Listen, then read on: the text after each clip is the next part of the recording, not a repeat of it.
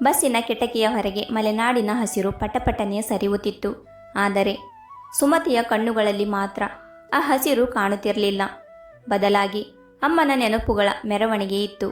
ಮದುವೆಯಾಗಿ 10 ವರ್ಷಗಳಾದರೂ ಪ್ರತಿ ಬಾರಿ ತವರು ಮನೆಗೆ ಹೋಗುವಾಗ ಸುಮತಿಯ ಮುಖದಲ್ಲಿ ಹೊಸ ಕಳೆಯ ಸಡಗರವಿರುತ್ತಿತ್ತು. ಆದರೆ ಈ ಬಾರಿ ಆ ಮನೆಯಲ್ಲಿ ಅವಳನ್ನು ಸ್ವಾಗತಿಸಲು ಹಾದಿ ಕಾಯುವ ಕಣ್ಣುಗಳಿಲ್ಲ. ಬಾಗಿಲಲ್ಲೇ ನಿಂತು ಬಂದೆಯ ಮಗಳೇ ಎಂದು ಕೇಳುವ ಧ್ವನಿಯಿಲ್ಲ. ಬದಲಾದ ಹಳೆಯ ಮನೆ. ಸುಮತಿ ತನ್ನ ಮಗನ ಕೈ ಹಿಡಿದು ಆ ಹಳೆಯ ಮಾಳಗೆಯ ಮನೆಯ ಅಂಗಳಕ್ಕೆ ಕಾಲಿಟ್ಟಳು. ಅಂಗಳದಲ್ಲಿ ಅಮ್ಮ ಹಾಕುತ್ತಿದ್ದ ರಂಗೋಲಿ ಮಂಕಾಗಿತ್ತು. ತುಳಸಿ ಕಟ್ಟೆಯ ದೀಪ ಹಚ್ಚುವವರು ಯಾರೂ ಇಲ್ಲದೆ ಕಪ್ಪಾಗಿತ್ತು. ಹಿಂದೆ ಎಲ್ಲ ಈ ಅಂಗಳಕ್ಕೆ ಕಾಲಿಟ್ಟ ಕೂಡಲೇ ಅಡುಗೆ ಮನೆಯಿಂದ ಸಾಂಬಾರಿನ ಘಮ ಅಥವಾ ಅಮ್ಮನ ಅರಶಿನ ಕುಂಕುಮದ ವಾಸನೆ ಬರುತ್ತಿತ್ತು. ಈಗ ಅಲ್ಲಿ ಕೇವಲ ಒಣಗಿದ ಎಲೆಗಳ ಸದ್ದಷ್ಟೇ ಕೇಳಿಸುತ್ತಿತ್ತು. ಅಣ್ಣ ರವಿಯ ಮುಖದಲ್ಲಿ ಹಳೆಯ ಉತ್ಸಾಹವಿರಲಿಲ್ಲ. ಅವನು ಮೌನವಾಗಿ ತಂಗಿಯ ಬ್ಯಾಗನ್ನು ಒಳಗೆ ತೆಗೆದುಕೊಂಡು ಹೋದನು. ಬಾ ಸುಮತಿ, ಅಪ್ಪ ಒಳಗೆ ಇದ್ದಾರೆ, ಅಷ್ಟೇ ಅವನ ಮಾತು.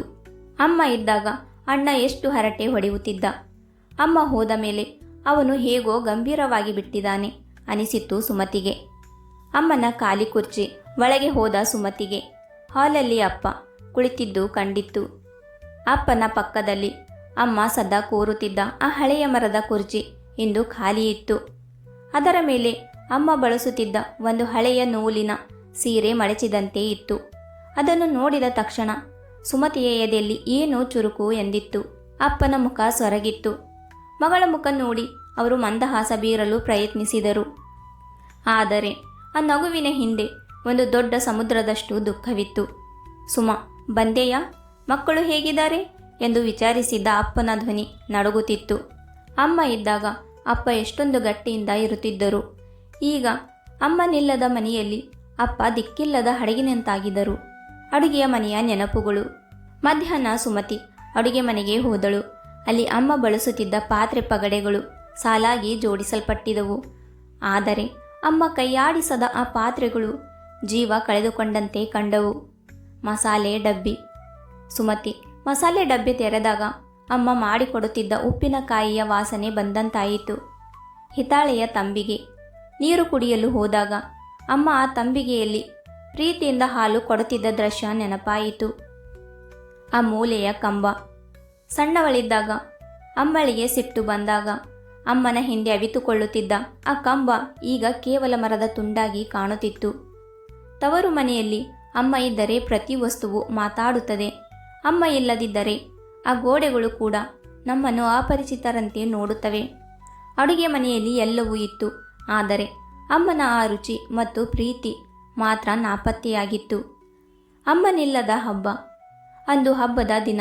ಹಿಂದೆಲ್ಲ ಅಮ್ಮ ಬೆಳಗ್ಗೆ 4 ಗಂಟೆಗೆ ಎದ್ದು ಇಡೀ ಮನೆಗೆ ಸುಣ್ಣ ಬಣ್ಣ ಬಳಿದಂತೆ ರಂಗೋಲಿ ಹಾಕಿ ಹೂವಿನ ಹಾರ ಕಟ್ಟಿ 100 ಬಗೆಯ ತಿಂಡಿ ಮಾಡುತ್ತಿದ್ದಳು. ಸುಮತಿ ಮತ್ತು ಅತ್ತಿಗೆಯ ಜೊತೆ ಸೇರಿ ಹರಟೆ ಹೊಡೆಯುತ್ತಲೇ ಕೆಲಸ ಮುಗಿಸುತ್ತಿದ್ದಳು. ಆದರೆ ಇಂದು ಮನೆಯಲ್ಲಿ ಸ್ಮಶಾನ ಮೌನ. ಅಣ್ಣ ಯಾವುದೋ ಹೋಟೆಲ್ನಿಂದ ತಿಂಡಿ ತಂದಿದ್ದ. ಅತ್ತಿಗೆ ಕೆಲಸದ ಒತ್ತಡದಲ್ಲಿ ಅಮ್ಮನ ಹಾಗೆ ಎಲ್ಲವನ್ನು ಅಚ್ಚುಕಟ್ಟಾಗಿ ಮಾಡಲು ಹೆಣಗಾಡುತ್ತಿದ್ದಳು. ಸುಮತಿ ಅಮ್ಮನ ಫೋಟೋ ಮುಂದೆ ನಿಂತಳು. ಆ ಕಣ್ಣುಗಳಲ್ಲಿ ಅದೇ ಕರುಣೆ ಇತ್ತು. ಅಮ್ಮ, ನೀನಿಲ್ಲದ ಈ ಮನೆಯಲ್ಲಿ ನಾವೆಲ್ಲರೂ ಇದ್ದೇವೆ, ಆದರೆ ಯಾರಿಗೂ ಯಾರೂ ಸಿಗುತ್ತಿಲ್ಲ ಎಂದು ಒಳಗೊಳಗೆ ಅತ್ತಳು. ಅಮ್ಮನ ಆ ಹಳೆಯ ಪೇಟಿಗೆ. ಸಂಜೆ ವೇಳೆ ಸುಮತಿ ಅಮ್ಮನ ಕೋಣೆಗೆ ಹೋದಳು. ಅಲ್ಲಿ ಅಮ್ಮ ಬಳಸುತ್ತಿದ್ದ ಕಬ್ಬಿಣದ ಹಳೆಯ ಪೇಟಿಗೆ ಇತ್ತು. ಅಮ್ಮ ಬದುಕಿದಾಗ ಅದನ್ನು ಬಹಳ ಜಾಗರೂಕತೆಯಿಂದ ಕಾಪಾಡಿಕೊಳ್ಳುತ್ತಿದ್ದಳು. ಸುಮತಿ ಅದರ ಬೀಗ ತೆಗೆದಾಗ ಒಂದು ವಿಚಿತ್ರವಾದ ಮಿಶ್ರವಾಸನೆ, ಕರ್ಪೂರ, ಅರಶಿನ ಮತ್ತು ಹಳೆಯ ಬಟ್ಟೆಗಳ ಪರಿಮಳ ಅವಳನ್ನು ಆವರಿಸಿತ್ತು. ಅದರೊಳಗೆ ಅಮ್ಮ ಇಟ್ಟುಕೊಂಡಿದ್ದ ಸಣ್ಣ ಪುಟ್ಟ ವಸ್ತುಗಳಿದ್ದವು. ಸುಮತಿ ಹೈಸ್ಕೂಲ್ನಲ್ಲಿ ಪಡೆದ ಒಂದು ಮೆಡಲ್, ಅಣ್ಣನ ಮೊದಲ ಸಂಬಳದಲ್ಲಿ ಕೊಡಿಸಿದ ಒಂದು ಹರಿದ ಕೈಚೀಲ, ಅಮ್ಮನ ಮದುವೆಯ ಕಾಲದ ಹಳೆಯ ಫೋಟೋಗಳು. ಇವೆಲ್ಲವನ್ನು ನೋಡುತ್ತಿದ್ದಂತೆ ಸುಮತಿಗೆ ಅರಿವಾಯಿತು. ಅಮ್ಮ ತನ್ನ ಇಡೀ ಜೀವನವನ್ನು ನಮಗಾಗಿ ಕರಗಿಸಿದಾಳೆ. ತನ್ನ ಆಸೆ ಆಕಾಂಕ್ಷೆಗಳನ್ನೆಲ್ಲ ಆ ಸಣ್ಣ ಪೆಟ್ಟಿಗೆಯೊಳಗೆ ಕೂಡಿಟ್ಟು ನಮಗೆ ಬೇಕಾದ ವಿಶಾಲ ಪ್ರಪಂಚವನ್ನು ಕಟ್ಟಿಕೊಟ್ಟಿದಳು. ಈಗ ಆ ವಸ್ತುಗಳಿಗೆ ಬೆಲೆ ಇದೆ, ಆದರೆ ಅದನ್ನು ಹೆಮ್ಮೆಯಿಂದ ತೋರಿಸುತ್ತಿದ್ದ ಕೈಗಳು ಮಾತ್ರ ಮಣ್ಣಾಗಿವೆ. ನೆರೆಹೊರೆಯವರ ಪ್ರಶ್ನೆಗಳು.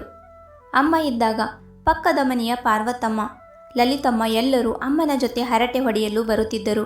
ಅಂಗಳದಲ್ಲಿ ಕುಳಿತು ಅವರೆಲ್ಲರೂ ಹಂಚಿಕೊಳ್ಳುತ್ತಿದ್ದ ನಗು ಇಡೀ ಗಲ್ಲಿಗೆ ಕೇಳಿಸುತ್ತಿತ್ತು. ಸುಮತಿ ಹೊರಗೆ ಬಂದಾಗ ಪಾರ್ವತಮ್ಮ ಸಿಕ್ಕರು. ಬಂದೆಯ ಸುಮತಿ? ನಿನ್ನ ನೋಡಿದರೆ ನಿನ್ನ ಅಮ್ಮನೇ ನೆನಪಾಗುತ್ತಾಳೆ.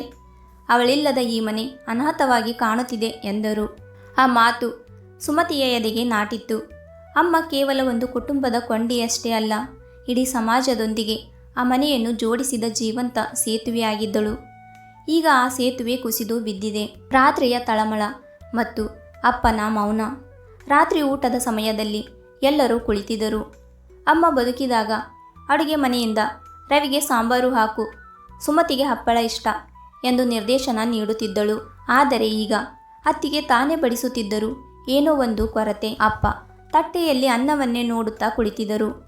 ಅಮ್ಮ ಬದುಕಿದಾಗ ಅಪ್ಪನಿಗೆ ಸಕ್ಕರೆ ಕಾಯಿಲೆ ಇದೆ, ಸಿಹಿ ಕೊಡಬೇಡ ಎಂದು ಕಣ್ಣಿಡುತ್ತಿದ್ದಳು. ಇಂದು ಅಪ್ಪನ ತಟ್ಟೆಯಲ್ಲಿ ಸಿಹಿ ಇದ್ದರೂ ಅದನ್ನು ಕೇಳುವವರಿಲ್ಲ, ತಡೆಯುವವರಿಲ್ಲ. ಅಂದು ರಾತ್ರಿ ಸುಮತಿಗೆ ನಿದ್ದೆ ಬರಲಿಲ್ಲ. ಅಮ್ಮ ಮಲಗುತ್ತಿದ್ದ ಮಂಚದ ಪಕ್ಕದಲ್ಲೇ ಅವಳು ಮಲಗಿದಳು. ರಾತ್ರಿ ಗಾಳಿಯಲ್ಲಿ ಕಿಟಕಿಯ ಪರದೆ ಅಲುಗಾಡಿದಾಗಲೂ ಅಮ್ಮನೇ ಎದ್ದು ಬಂದಂತೆ ಭ್ರಮೆಯಾಗುತ್ತಿತ್ತು. ಸುಮಾ, ಮಲಗಿದೆಯಾ ಎನ್ನುವ ಆ ಧ್ವನಿ ಈಗ ಕೇವಲ ಮನಸ್ಸಿನ ಒಳಗೆ ಪ್ರತಿಧ್ವನಿಯಾಗಿತ್ತು. ಗದ್ದೆ ಮತ್ತು ಅಮ್ಮನ ನೆನಪು. ಮರುದಿನ ಬೆಳಗ್ಗೆ ಸುಮತಿ ಅಮ್ಮಳಿಗೆ ಇಷ್ಟವಾದ ಹೂದೋಟಕ್ಕೆ ಹೋದಳು. ಅಮ್ಮ ಬೆಳೆಸಿದ ಮಲ್ಲಿಗೆ ಬಳ್ಳಿ ಈಗ ಹೂ ಬಿಟ್ಟಿದೆ. ಆದರೆ ಅದನ್ನು ಕಡಿದು ಮುಡಿಯುವವರಿಲ್ಲ. ಅಮ್ಮ ಪ್ರತಿದಿನ ಬೆಳಗ್ಗೆ ಸ್ನಾನ ಮುಗಿಸಿ ವದೆ ಕೂದಲಲ್ಲಿ ಹೂ ಮುಡಿದು ದೇವರ ಪೂಜೆ ಮಾಡುತ್ತಿದ್ದ ಆ ಚಿತ್ರ ಸುಮತಿಯ ಕಣ್ಮುಂದೆ ಬಂದು ಹೋಯಿತು. ಹೆಣ್ಣು ಮಕ್ಕಳಿಗೆ ತವರು ಮನೆ ಎಂದರೆ ಅದು ಬಾಲ್ಯದ ಗೂಡು. ಅಮ್ಮ ಆ ಗೂಡಿನ ಹಕ್ಕಿ. ಹಕ್ಕಿ ಹಾರಿ ಹೋದ ಮೇಲೆ ಗೂಡು ಕೇವಲ ಒಣಗಿದ ಕಡ್ಡಿಗಳ ರಾಶಿಯಷ್ಟೇ ಎಂದು ಸುಮತಿ ತನ್ನಲ್ಲಿ ತಾನೇ ಅಂದುಕೊಂಡಳು. ಹಿಂತಿರುಗುವ ಹೊತ್ತು. ಅಂತಿಮ ವಿದಾಯ. ಹೋಗುವಾಗ ಸುಮತಿ ಅಮ್ಮನ ಫೋಟೋ ಮುಂದೆ ಬಂದು ನಿಂತಳು. ಫೋಟೋದಲ್ಲಿ ಅಮ್ಮ ನಗುತ್ತಿದ್ದಳು. ಸುಮತಿಯ ಅತ್ತಿಗೆಯ ಹತ್ತಿರ ಹೋಗಿ ಅವಳ ಕೈ ಹಿಡಿದು, ಅತ್ತಿಗೆ, ಅಮ್ಮನಿಲ್ಲದ ಈ ಮನೆಯನ್ನು ನೀನೇ ಅಮ್ಮನಂತೆ ಸಲಹಬೇಕು. ಅಪ್ಪನನ್ನು ಜೋಪಾನವಾಗಿ ನೋಡ್ಕೋ ಎಂದು ಬಿಕ್ಕಳಿಸಿದಳು. ತವರು ಎಂಬುವುದು ಅಮ್ಮ. ಹೋಗುವ ದಿನ ಬಂದಾಗ ಸುಮತಿಯ ಮನಸ್ಸು ಭಾರವಾಯಿತು. ಹಿಂದೆಲ್ಲ ಹೋಗುವಾಗ ಅಮ್ಮ ಗಂಟು ಮೊಟ್ಟೆ ಕಟ್ಟಿ ದಾರಿಯಲ್ಲಿ ತಿನ್ನಲು ಕೊಡುಬೇಳೆ ಇಟ್ಟಿದ್ದೇನೆ, ಮಕ್ಕಳಿಗೆ ಉಂಡೆ ಮಾಡಿದ್ದೇನೆ, ಅಳಿಯಂದಿರಿಗೆ ಇಷ್ಟ ಎಂದು ಸೆಂಡಿಗೆ ಇಟ್ಟಿದ್ದೇನೆ ಎಂದು ಹೇಳಿ ಕಾರಿನ ಹಿಂದೆ ಓಡಿ ಬರುತ್ತಿದ್ದಳು. ಈಗ ಅಣ್ಣ ಒಂದಿಷ್ಟು ಹಣ ಮತ್ತು ಬಟ್ಟೆ ತಂದಿಟ್ಟ. ಆದರೆ ಅಮ್ಮ ಕೊಡುತ್ತಿದ್ದ ಆ ಆಶೀರ್ವಾದದ ಗಂಟನ್ನು ಯಾರೂ ಕಟ್ಟಿಕೊಡುವರು? ಅಪ್ಪನ ಕಣ್ಣಲ್ಲಿ ನೀರಿತ್ತು. ಆದರೆ ಅಮ್ಮನಂತೆ ಅವರು ಅದನ್ನು ಸುರಿಸಲಿಲ್ಲ. ಸುಮತಿ ಅಂಗಳದಲ್ಲಿ ನಿಂತು ಮನೆಯನ್ನು ಒಮ್ಮೆ ತಿರುಗಿ ನೋಡಿದಳು. ತಾಯಿ ಇರುವ ತನಕ ಮಾತ್ರ ಮಗಳಿಗೆ ತವರು ಮನೆ ತವರು. ತಾಯಿ ಹೋದ ಮೇಲೆ ಅದು ಕೇವಲ ಅಣ್ಣನ ಮನೆಯಾಗಿ ಬದಲಾಗುತ್ತದೆ. ಆ ಮನೆಯ ಹಕ್ಕು ಅಮ್ಮನ ಜೊತೆಗೆ ಹೊರಟು ಹೋಗಿತ್ತು. ಕಾರು ಗೇಟಿನಿಂದ ಹೊರಗೆ ಹೋಗುವಾಗ ಸುಮತಿ ಹಿಂದಕ್ಕೆ ತಿರುಗಿ ನೋಡಿದಳು. ಅಪ್ಪ ಅಂಗಳದಲ್ಲಿ ಒಬ್ಬರೇ ನಿಂತಿದ್ದರು. ಹಿಂದೆಲ್ಲ ಅಪ್ಪನ ಪಕ್ಕದಲ್ಲಿ ಅಮ್ಮ ನಿಂತು ಕೈ ಬೀಸುತ್ತಿದ್ದಳು. ಈಗ ಅಪ್ಪನ ಪಕ್ಕದಲ್ಲಿ ಕೇವಲ ಒಂದು ನೆರಳು ಮಾತ್ರ ಇತ್ತು. ತಾಯಿ ಇಲ್ಲದ ತವರು ಮನೆ ಎಂಬುದು ಬರೀ ವಾಕ್ಯವಲ್ಲ, ಅದು ಹೆಣ್ಣಿನ ಬದುಕಿನ ಅತ್ಯಂತ ದೊಡ್ಡ ವಾಸ್ತವ. ತಾಯಿ ಇರುವ ತನಕ ಮಗಳಿಗೆ ತವರು ಮನೆಯಲ್ಲಿ ಹಕ್ಕು ಇರುತ್ತದೆ. ಅವಳಿಲ್ಲದ ಮೇಲೆ ಅದು ಕೇವಲ ಆತಿಥ್ಯವಾಗುತ್ತದೆ. ಆ ಮನೆಯ ಬೀಗ ಬದಲಿರಬಹುದು, ಬಣ್ಣ ಬದಲಿರಬಹುದು, ಆದರೆ ಅಮ್ಮನ ಮಮತೆಯ ಆ ಕಂಪು ಎಂದಿಗೂ ಮರಳಿಬಾರದು.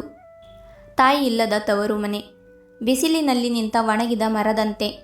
ನೆರಳು ಕೊಡಲಾರದ್ದು, ಹಣ್ಣು ಕೊಡಲಾರದ್ದು. ಜಗತ್ತಿನ ಎಷ್ಟೇ ದೊಡ್ಡ ಐಶ್ವರ್ಯವಿದ್ದರೂ ಅಮ್ಮನ ಸಾಲನ್ನು ಯಾವುದೂ ತುಂಬಲಾರದ್ದು. ಆ ಮನೆಯ ಪ್ರತಿ ಮೂಲೆಯೂ ಅಮ್ಮ ಎಲ್ಲಿ ಎಂದು ಕೇಳುತ್ತಲೇ ಇರುತ್ತದೆ. ಸ್ನೇಹಿತರೆ, ಕತೆ ಇಷ್ಟ ಆದರೆ ಲೈಕ್, ಶೇರ್ ಆ್ಯಂಡ್ ಸಬ್ಸ್ಕ್ರೈಬ್ ಮಾಡಿ. ಮತ್ತೆ ಸಿಗೋಣ ಇನ್ನೊಂದು ಕಥೆಯೊಂದಿಗೆ.